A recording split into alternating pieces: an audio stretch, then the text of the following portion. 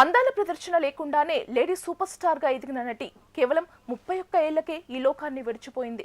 ఆమె ఎవరో కాదు, సౌందర్య. తెలుగు సినీ పరిశ్రమలో కొంతమంది నటీమణులు మాత్రమే ప్రేక్షకుల హృదయాల్లో శాశ్వత స్థానం సంపాదించుకున్నారు. అలాంటి వారిలో అగ్రస్థానంలో నిలిచే పేరు సౌందర్య. గ్లామర్ కు కాకుండా తన అద్భుతమైన నటనకు ప్రాధాన్యమిస్తూ కుటుంబ ప్రేక్షకులకు ఎంతో దగ్గరైన హీరోయిన్ గా ఆమె గుర్తింపు పొందారు. తెలుగు మాత్రమే కాదు, కన్నడ, తమిళ్, మలయాళ భాషల్లోనూ 100కు పైగా చిత్రాల్లో నటించి స్టార్ హీరోయిన్ గా వెలుగొందారు.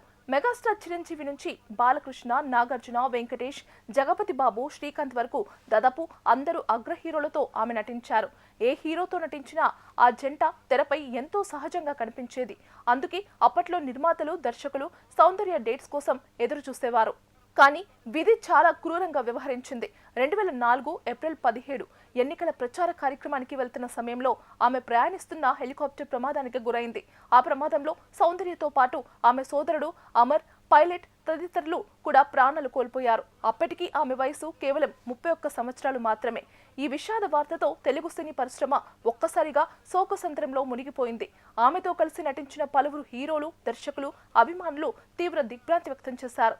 సౌందర్య వ్యక్తిగత జీవితాన్ని చూస్తే ప్రమాదానికి ఏడాది ముందు అంటే 2003లో తన చిన్ననాటి స్నేహితుడు సాఫ్ట్వేర్ ఇంజనీర్ రఘును వివాహం చేసుకున్నారు.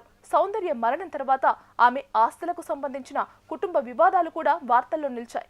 ఆమె ఆస్తుల విషయంలో కుటుంబ సభ్యులు, భర్త మధ్య విభేదాలు ఉన్నాయంటూ అప్పట్లో వార్తలు వచ్చాయి. ఆ అంశానికి సంబంధించి న్యాయపరమైన ప్రక్రియలు కూడా జరిగాయి. ఇక 2025లో ఒక సోషల్ మీడియా కార్యకర్త సౌందర్య హెలికాప్టర్ ప్రమాదంపై పలు ఆరోపణలు చేస్తూ పోలీసులకు ఫిర్యాదు చేశారు. అయితే ఆ ఆరోపణలను సౌందర్య భర్త రఘు ఖండిస్తూ వాటిలో ఎలాంటి నిజం లేదని మీడియా ముందు స్పష్టం చేశారు.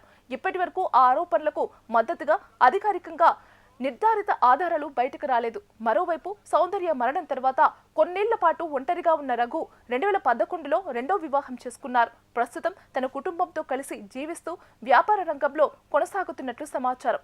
సౌందర్య ఈ రోజు మన మధ్య లేకపోయినా ఆమె నటించిన అమ్మోరు, పవిత్ర బంధం, రాజా, అన్నయ్య, జయం మనదేరా వంటి చిత్రాలు ఇప్పటికీ ప్రేక్షకుల హృదయాల్లో నిలిచిపోయాయి. అందుకే చాలా మంది అభిమానులు ఒకే మాట చెబుతుంటారు, సౌందర్య లాంటి సహజ నటి మళ్ళీ పుట్టడం చాలా అరుదు. మీకు సౌందర్య నటించిన సినిమాల్లో ఏది ఎక్కువగా నచ్చింది? కామెంట్ చేసి చెప్పండి.